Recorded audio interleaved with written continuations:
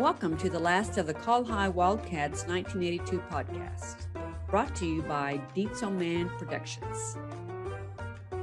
Stop trying to be an adult so quickly because you have a long time to be an adult.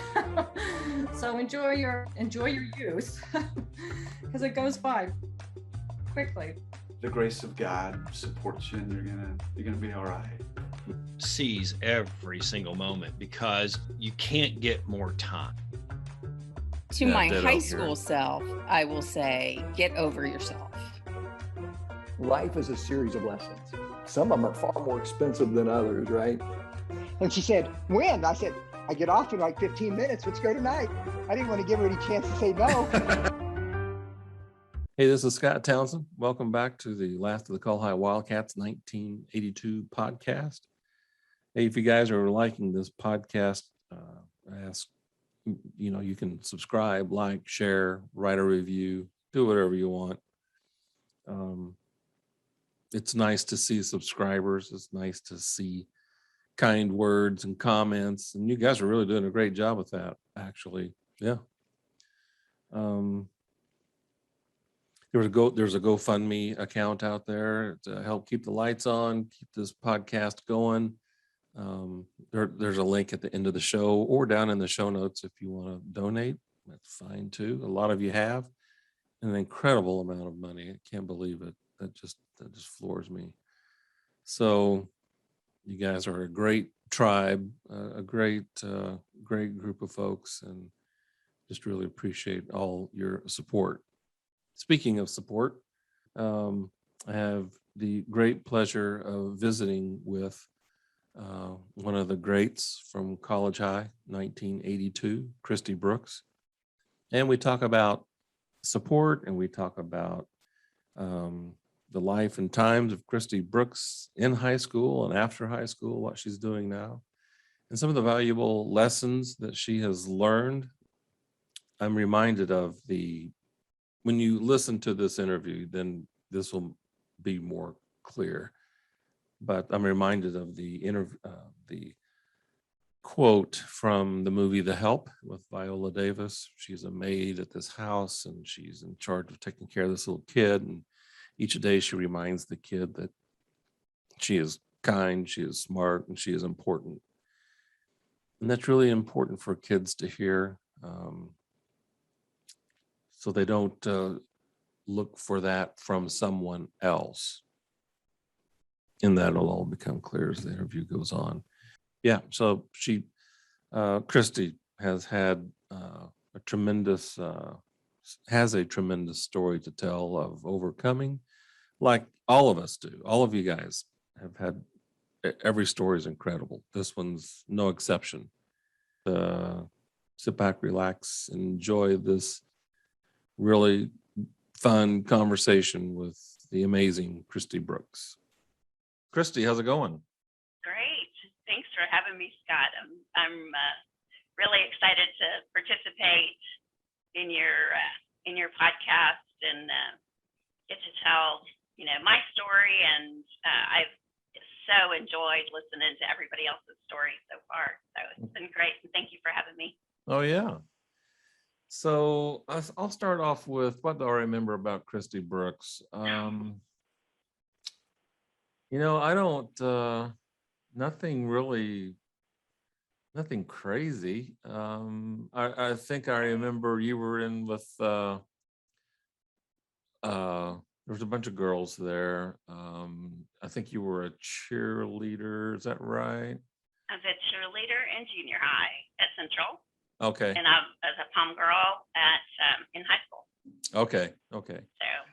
And, I think there was different kinds of groups, and I think you and who was some of the people you ran around with? Was it Mindy Goodell? Was she in there? Yeah, Mindy, Lauren Rothing, Marty DeSom. Marty, yeah. Obviously, Rhonda Rizzo, Lisa Hutchins, Dana Brock, Sandy Collins. All the popular kids. Pam Peterson. No, not the popular kids. Most of those people I grew up with. I mean, met them at Limestone and some of my dearest friends to this day.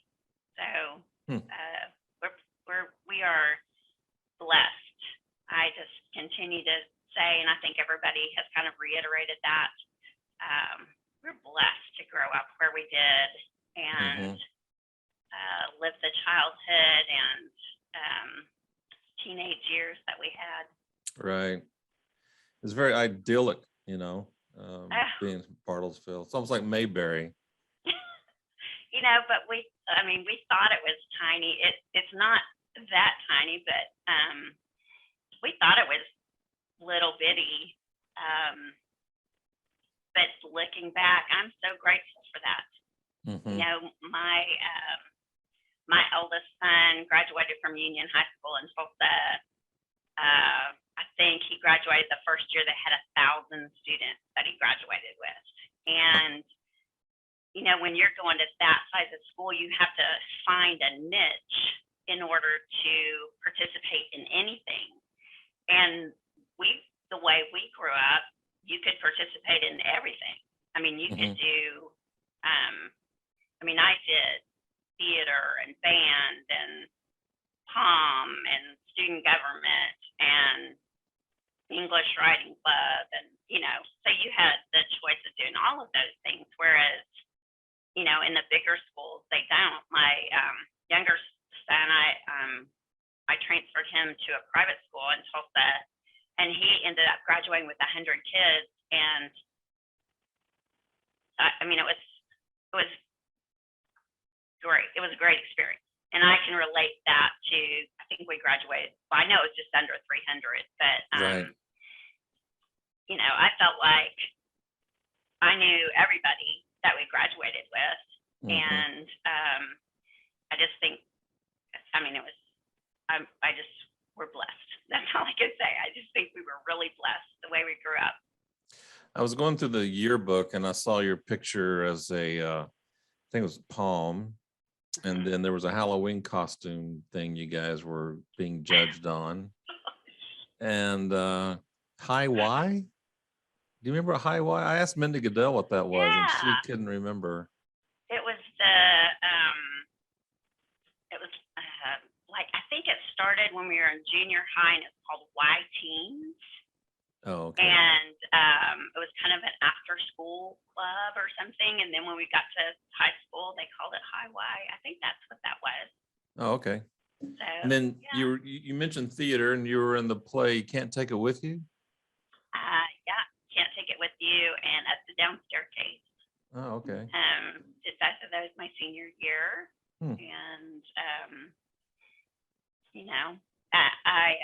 I love to show those pictures to my boys. My oldest son graduated with a drama degree from OU. Oh, that's cool. And so he followed that kind of, I love to be on stage. And so he kind of followed that too. My youngest son did some of that as well when he was at Union. And so it's that, I think that's where I learned to speak and speak too loud, as we've discovered. Project and gave me the confidence to speak publicly. I've spoken in my career to rooms with 1,000 people and more, and some people that's really intimidating too, and it's just a thing to me. So it was and I think I learned that just from speech class with Mr. Touchstone, and then in doing the plays too. What? I can't forget the Spears travel ad you were in. And it's funny because one of my sorority sisters from OU ended up marrying one of the Spears boys, and so she's a Spears now, and I probably should dig that picture out and send it to her and say, look, I was doing Spears travel before you even knew who they were. So kind of, like I ask everybody else, kind of bring us up to speed, after graduation. Give us a little tour of Christy Brooks's life. This is your life from 1982 to now. I know that's a huge, that's 40-year chunk there. Maybe just give us, yeah. Just give us the, 35,000 foot view of, yeah.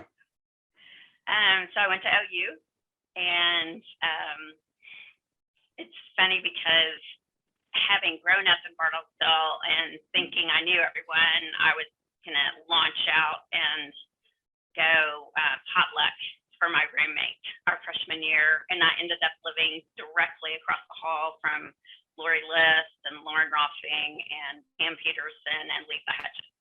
Oh. And so that was awesome, and it was a lifesaver because I actually didn't get a roommate, and then I had a roommate move in that wasn't a good match, and so it was great that they were right across the hall and friends. And got married after my third year, after my junior year.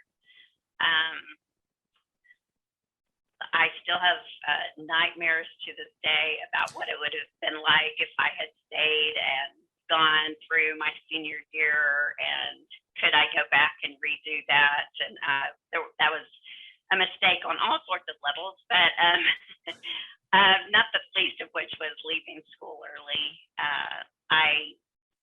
He worked for a family company, and the agreement was going to be that I commuted back and forth to OU for my senior year, and right before we got married, literally like a month before, they decided he needed to live in Dallas, which was not great when I was trying to graduate. And my parents, bless their hearts, went ahead and paid for me. I went to TCU for a year, and then right before I was going to graduate from there, he got transferred to Oklahoma City, and so I went back to Norman and graduated from OU in journalism.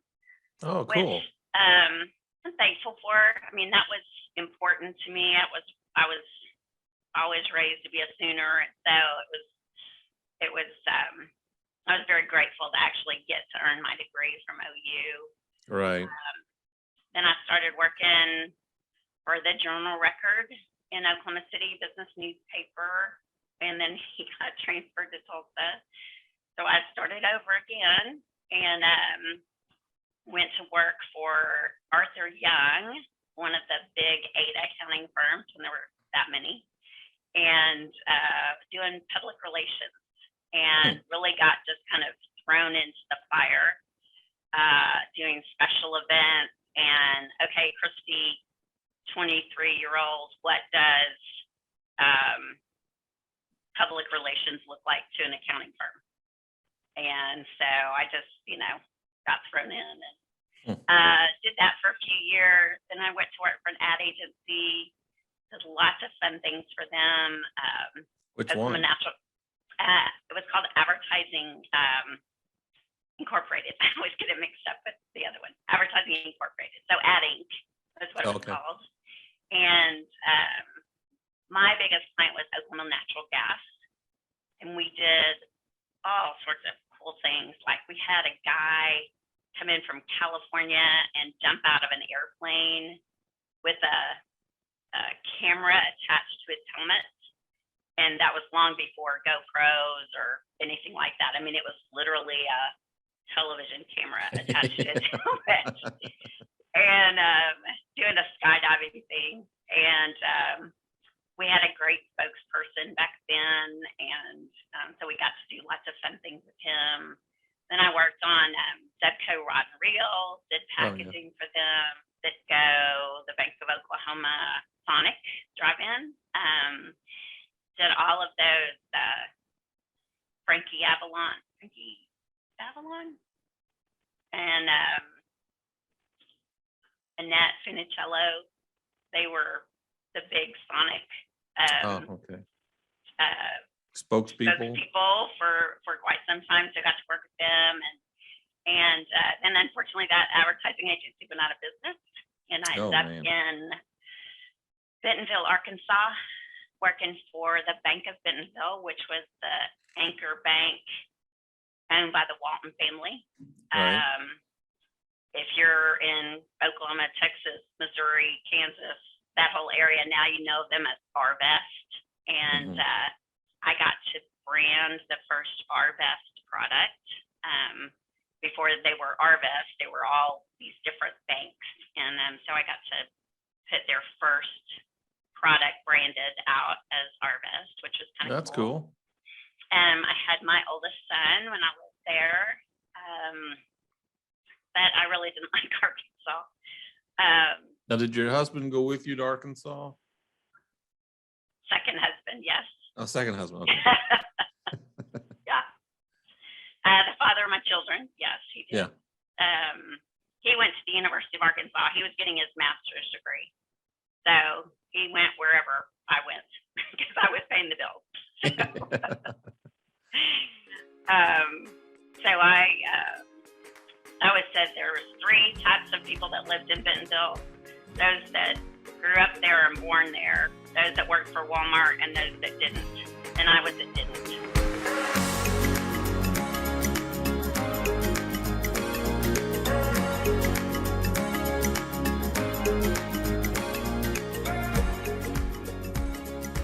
What did you do specifically? I mean, were you designing the cards or designing marketing materials or Yeah, what? I was their marketing manager, and so the way TransFund works is banks and credit unions join their network, and then TransFund does all the processing and back end and all of that kind of thing for them. So when debit cards were first coming around, we would put together marketing materials and provide those to the credit unions for them to use. And so I would come up with campaigns to introduce, works like a check, looks like a card, works like a check, or something like that. Is one of the campaigns we did. I think it was catchier than that, but something like that. So I worked with all those different credit unions and banks and got them up and running. And then I did big promotions where anybody who swiped their debit card that was on the TransFund network would be entered to win big prizes like $10,000 cash. And we did the whole like Publishers Clearinghouse, show up at somebody's house with a big check and balloons and Ed McMahon and Yep. So that was fun. And I got stolen away by the oil and gas industry and went to work in the MAPCO marketing department, and which was amazing for the first 6 months I was there. And then they were purchased by Williams. And then I had 3 different jobs in 3 years. And I decided that was a little too hard, having 2 little boys at home, to keep getting into that. Okay, we're going to do away with your job. Now you get to find another job. Or, it wasn't, I was never changing jobs by choice. It was, okay, go. We're going to get rid of this company. And so now you need to find another job here. And so then I went. That'd be stressful. Oh, yeah, it was. And I was single at the time. And so I had a 3-year-old and a 1-year-old. And happened to see in the newspaper, that's where you found jobs, a job for the vice president of marketing for Tulsa Teachers Credit Union. And so I interviewed for that. Who was the general manager or the president of Tulsa Teachers Credit Union? Les Rector. I knew him really well because we used to, with Enterprise car sales, Enterprise rental cars, a marketing manager. I would go calling all the credit unions, and Les was one of the guys that we worked with. Yeah. Yes. Good guy. That's exactly right. Yeah, he is, still is. And they gave me an opportunity of a lifetime. And we were really small credit union, 4 branches. about $340 million in assets, which is how you determine the size of a bank or a credit union. And I worked there for 13 years and did all kinds of amazing things, had all sorts of wonderful opportunities. I was named Tulsa Business Journal they started a program where they did distinguished women in business, and I was named to their inaugural class of distinguished women, and that was a huge honor. They had a big luncheon and dinner, and so that was an amazing time in my career. Sounds like it. I had the opportunity to reinvent myself. I got involved with a group called Codependence Anonymous, and learned that I really was worth it. And someplace in high school, maybe junior high, I developed this mindset that said I wasn't good enough. I wasn't worth it. And I just wanted somebody to love me so badly that Make you feel worthwhile. Yeah. And so I just, that was repeated in my previous marriages. Someone showed me affection and showed me love, and I just put blinders on to everything else about them. And so easy to do. Fortunately, I found CODA, and it has changed my perspective. And so at 52 years old, I got to reinvent myself and start over in my career. And I started teaching English to Chinese children on the internet. Oh, yeah. And that's my colorful background is for that. And then I went to work for a company out of Houston called Otter Financial Group. And now I do sales and account management and training. I chose to move to Dallas about 3 years ago, all as part of that reinventing myself and starting over. And I felt like if I was ever going to get to start with a fresh slate, I was going to have to do that. And so I moved down here, and it's hard. It's hard to just pick up your life that you've built someplace and then just start over from scratch where you don't know anyone really. Mm-hmm. And but I travel for business. Prior to COVID, I traveled 2 to 3 weeks a month. That's kind of started back some this summer, and so looking very much forward to getting out of my office space here and back live in person training and working with people, and so I'm definitely the poster child for you can reinvent yourself. You can start over. So sounds like you weathered the storm very well. And we've all had storms we've had to go through. There's not one of us that's immune or exempt. So yeah, that's crazy. Yeah. I'm just grateful that I find and I have broken the cycle, and that was this cycle that I was just continuing in, of just trying to find somebody to tell me that I was worth it, instead of me understanding that inside myself. I was always looking for somebody else to do that for me. So, but I'm grateful to be where I am today. You have to choose yourself first before you can expect anybody else to choose you. I've learned Those that. are good words, Scott. Those are good words. So, That may be huh? words to young people that they should listen to. Choose yourself first. CODA. What did you say CODA was? Codependence Anonymous. Codependence Anonymous. Mhm. Okay. Yeah, it's a 12-step program, very much like Alcoholics Anonymous.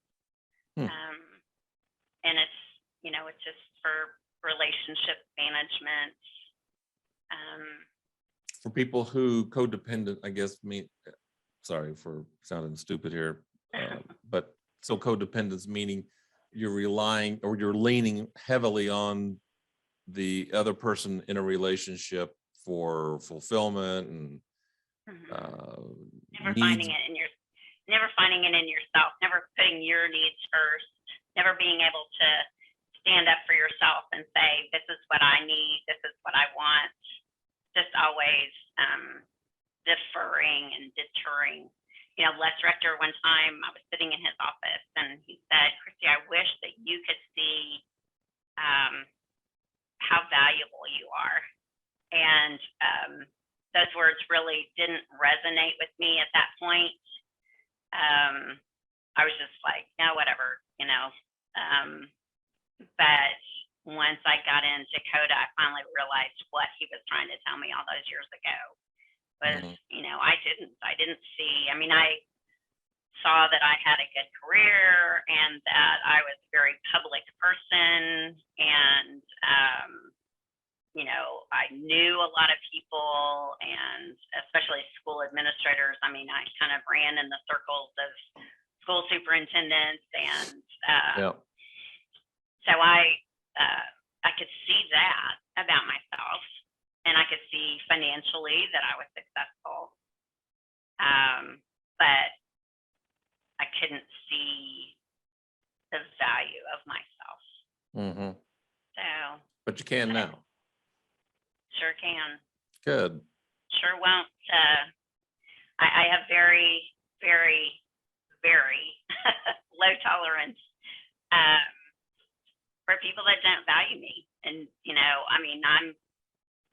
it really stinks to date when you're our age. It's awful. And I have very low tolerance for, any man that doesn't immediately value me. And it's like I have this new ability to sniff out fraud and fake pretty quickly. And, it's amazing how our when you get to this age, your bullshit meters are pretty fine tuned. You know what I mean? Well, mine wasn't. For a long time, mine wasn't. And obviously, as my past shows, but it is now. It's not gonna, you might fool me once, but I promise you won't fool me twice.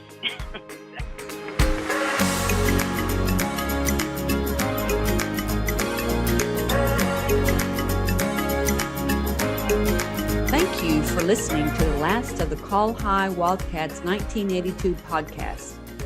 And we'll be right back after this.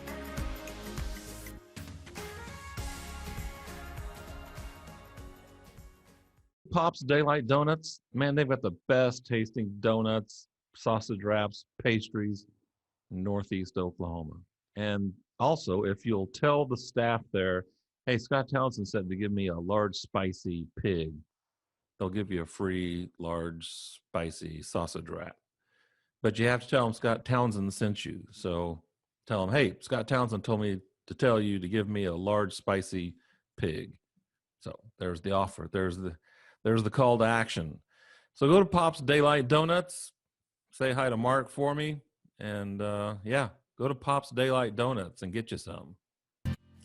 The other sponsor is Castafly Outdoor Adventures.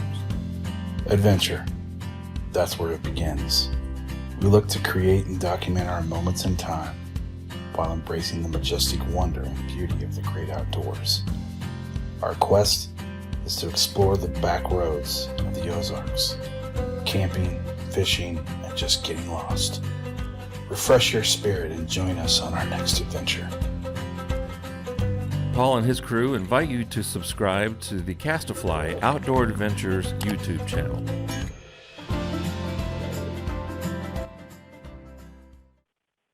So now we'll jet back in the time machine back to high school. Yeah. And what was your favorite memory of high school? When you think back on College High, what's one of the first things, what's a good memory for you in 1982? Well, I would go back to 1980 when the boys baseball team won the state championship. Mhm.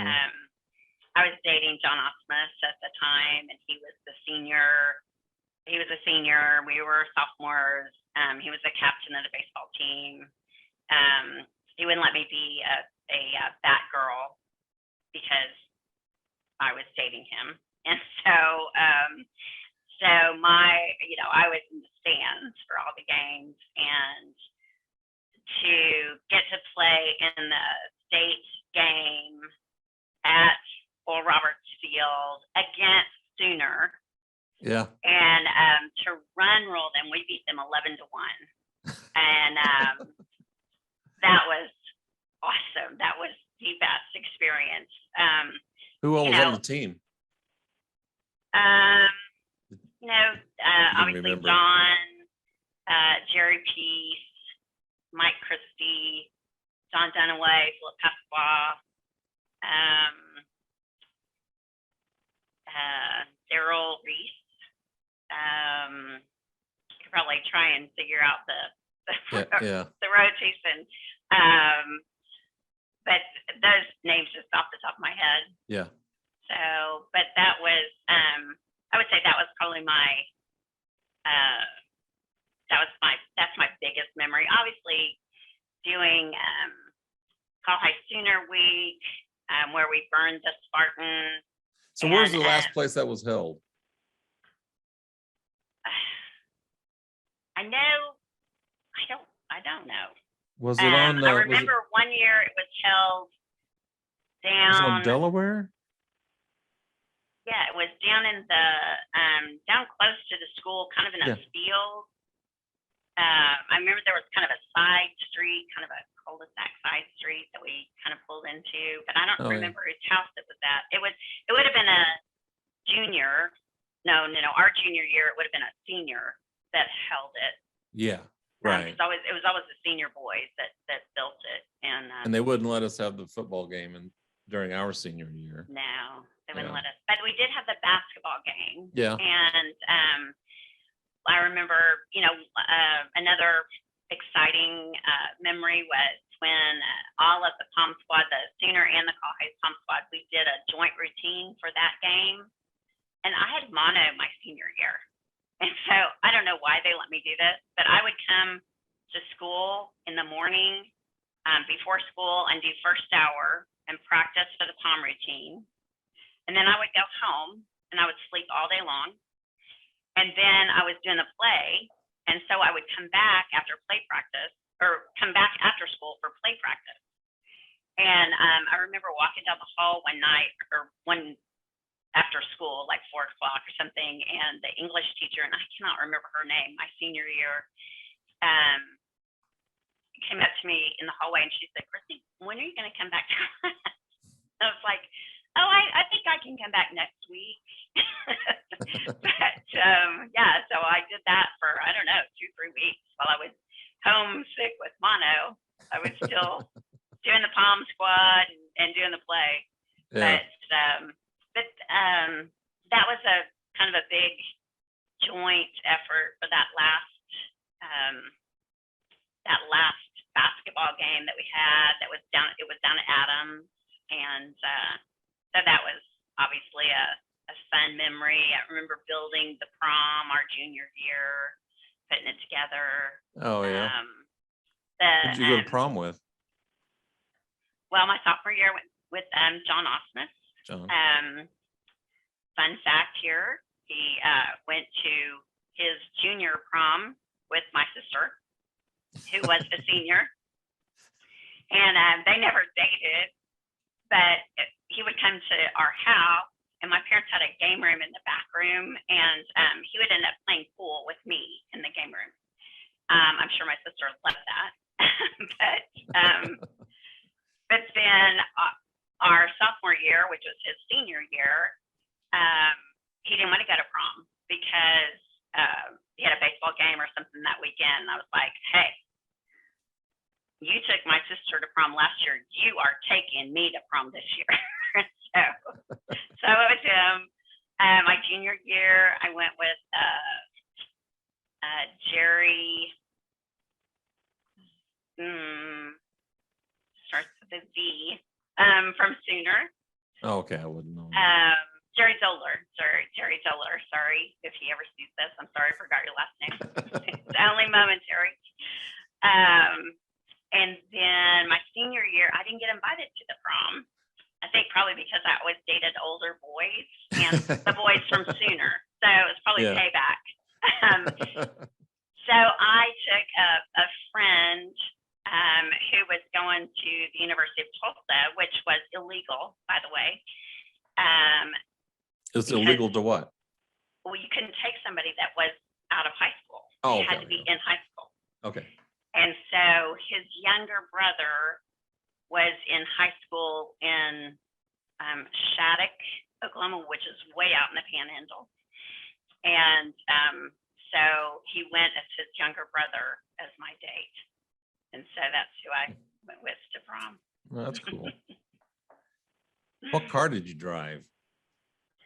I first started driving a orange Grand Prix that my parents gave me was their car. And then my senior year, I got a Dodge Omni 024. Dodge Omni. Okay. Yeah, it was a car. It had a stick shift, and I loved that part of it. Yeah, and I used to pick up Tandy Tucker and Kathy Whitworth. They lived in Woodland Park, and I would take them to school because Tandy was young enough; she didn't have her driver's license yet, and so I would take them to school with me in the morning. And I remember trying to teach other girlfriends how to drive a stick shift, and that wasn't very successful. So who was in your tribe in your senior year? What was the squad you ran around with? Who was in that group? Well, Rhonda Rizzo, who's still to this day very close friends. Lori List, Laura Eastman, Lauren Roffing, Marty DeSong, Lisa Hutchins, Tandy Tucker.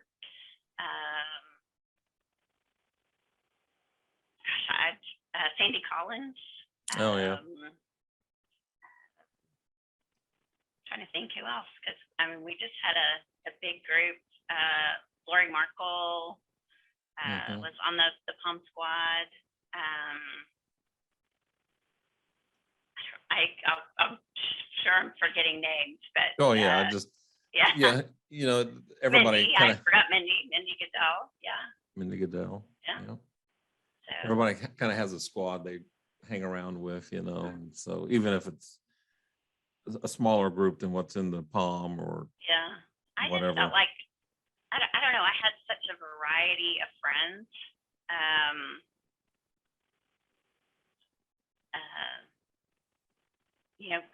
Partially that's because I did all these different things, and so there were different people in all of those groups that kind of became friends.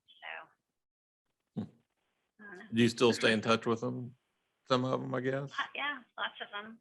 Yeah. Actually, Lori List. When I moved to Dallas, I had to rehome 3 dogs, and that was horrible for me because I'm a huge animal person. Yeah. And me too. I had a 12-year-old Labradoodle, and I really thought, oh, cool, she would be the one that no one would want to take because she was so old. And Lori List John Jackson or Lori Liz Jackson, Yeah.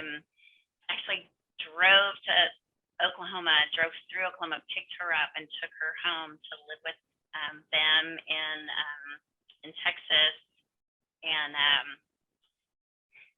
a cry walked her home for me, and shared pictures of her and that kind of thing. And so, I mean, those are true good friends that will take your 12-year-old dog in, and Right.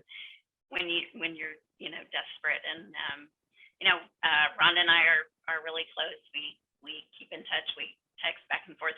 She went on a business trip with me last September, and I went to Panama City Beach, Florida, and we got stuck in Hurricane Sally.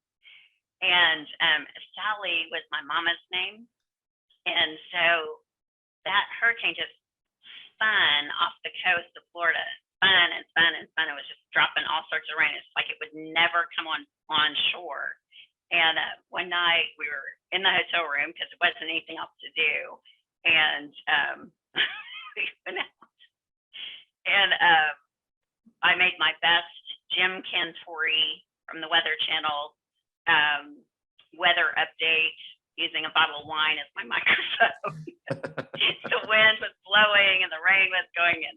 And we walked back inside, and Rhonda looked at me and she goes, Kristi, I think maybe you need to go outside and have a conversation with your mama, because maybe there's something that's not quite finished there, and maybe that's what's trying to happen here. So you need to go have a conversation with your mama and get that thing on shore.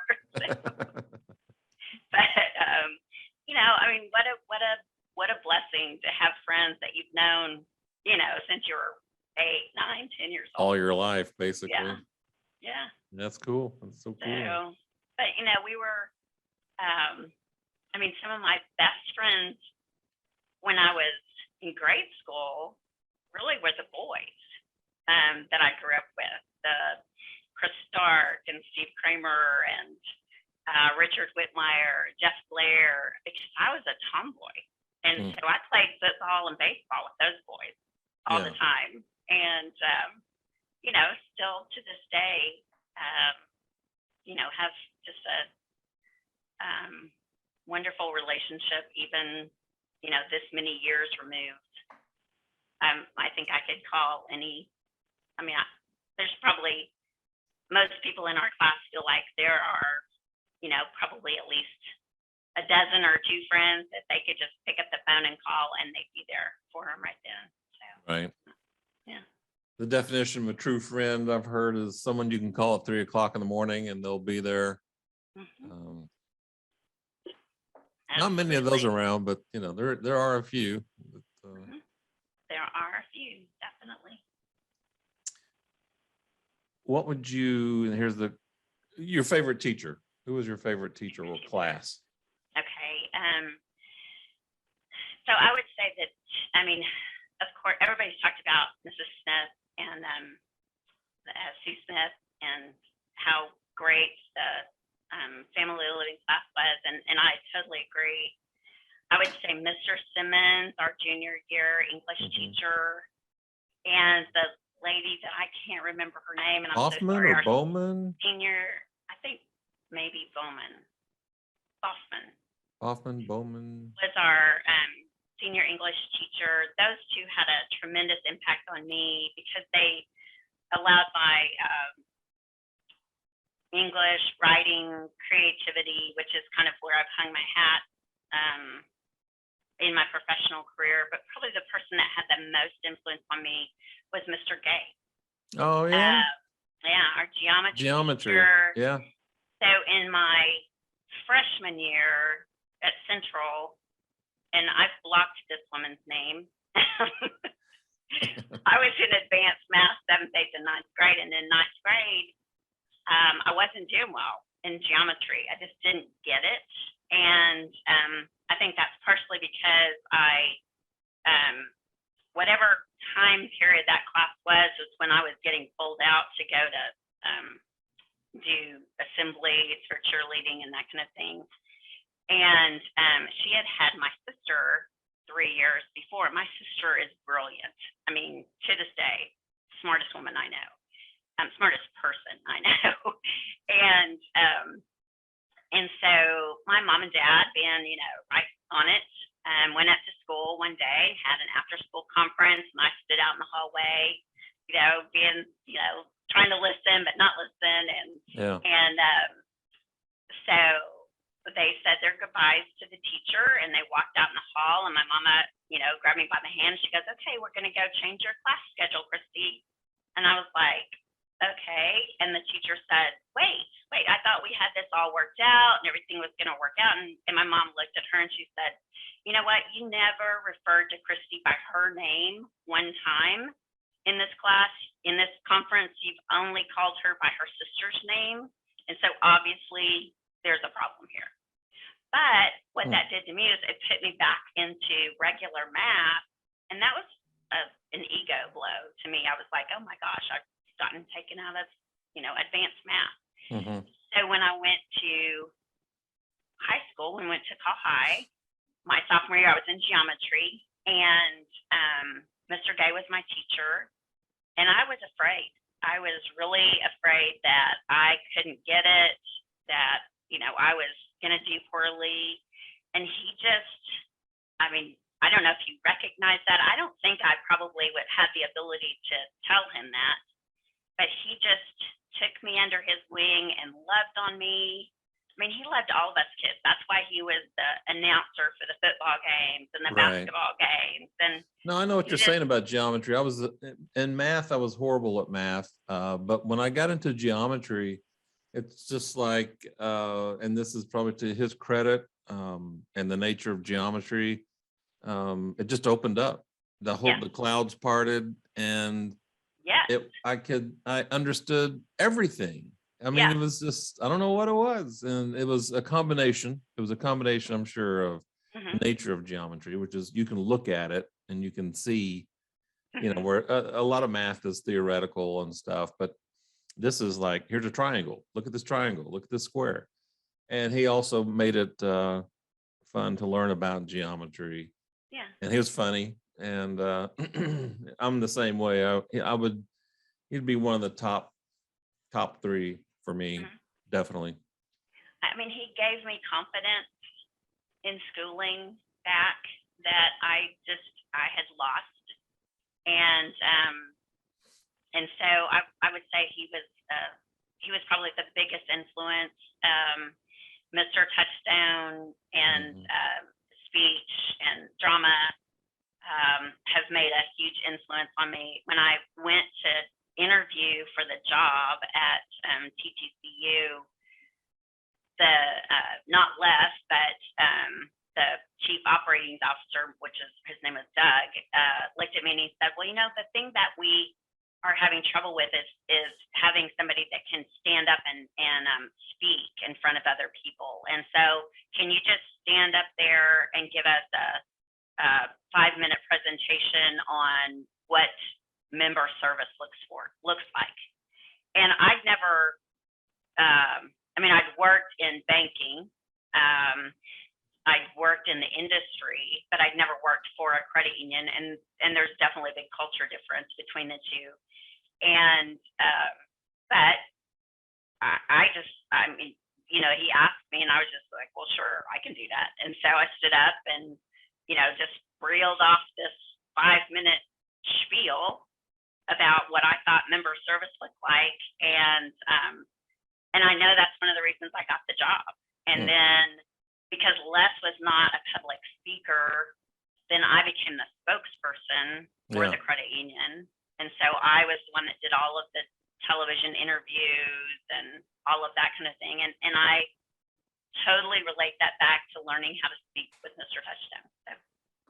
Very good. I'm sure he would be glad to hear that. It's nice to know when you've made a difference in someone's life that long lasting. Yep, sure is. On 1982, so you're at graduation, and Christy Brooks is walking off the stage. She's just got her diploma. I handed Mr. Pinnell my picture piece. Yeah. And so you meet yourself and you say, knowing what you know now, what would you tell your 18-year-old self? What a life lesson. You are worth it. You are worth it. Don't ever doubt yourself. Don't accept less than from anybody, because you really are worth it. And, I've told that to my boys, and I will continue to say it, and I'll preach it to anybody who will listen to me, because there's a plan for you. I'm a Christian, and I believe that God has a plan for my life. And no matter how many times I've diverged my path away from that, there are still great things ahead of me. And so I know that there's a plan, and God can turn even the worst things into good.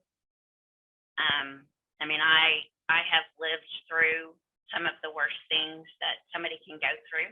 When you lose everything, your career, your home, your life savings, when you lose everything and you have to start over again, I know now, and I wish I had known then, that I am worth it. And for anybody listening, you are worth it. Very good. That's great. And I totally agree.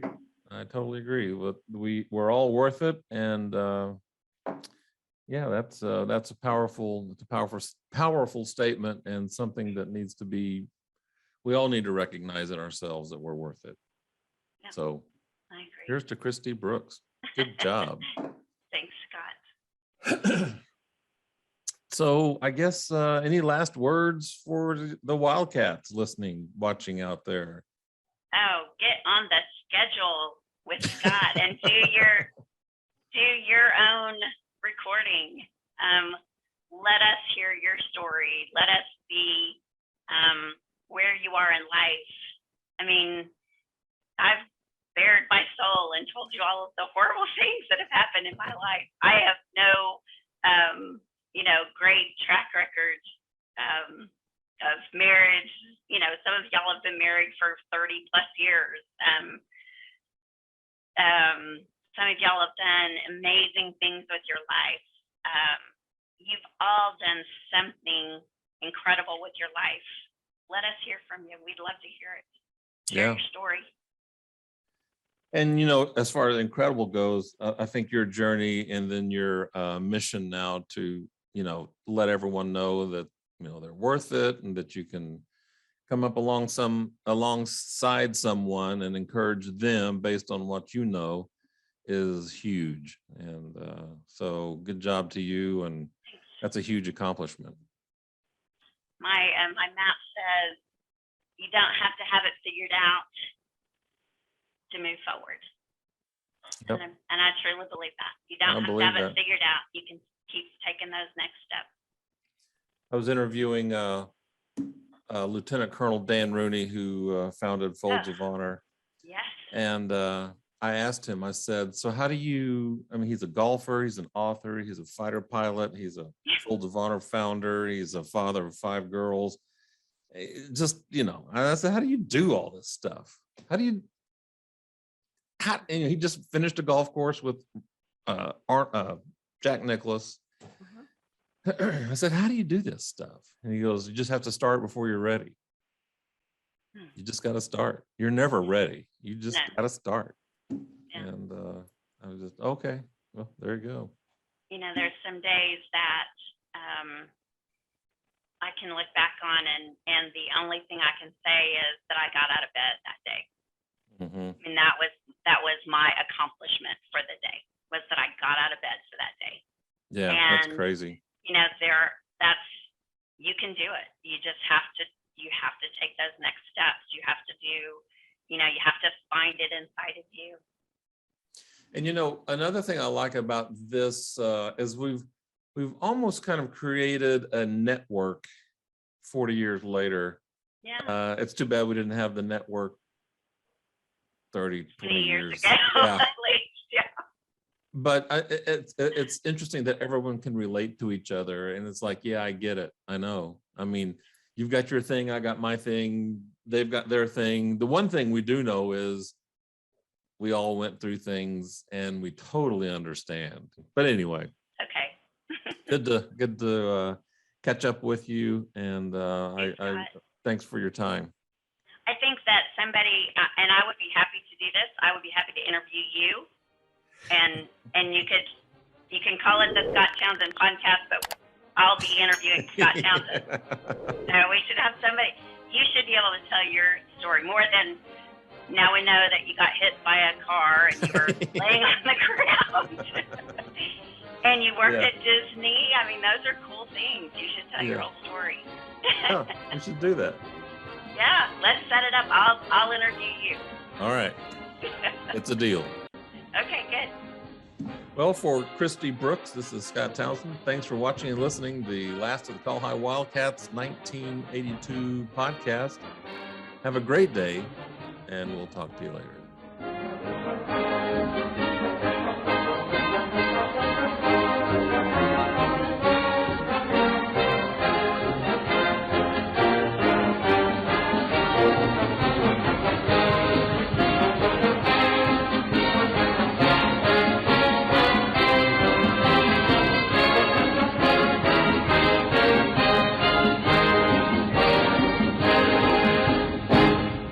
The Last of the Col-Hi Wildcats 1982 podcast is a Dietzo Man production. For more episodes, visit the Last of the Col-Hi Wildcats 1982 YouTube channel, listen on Apple Podcasts, or wherever you listen to your favorite shows.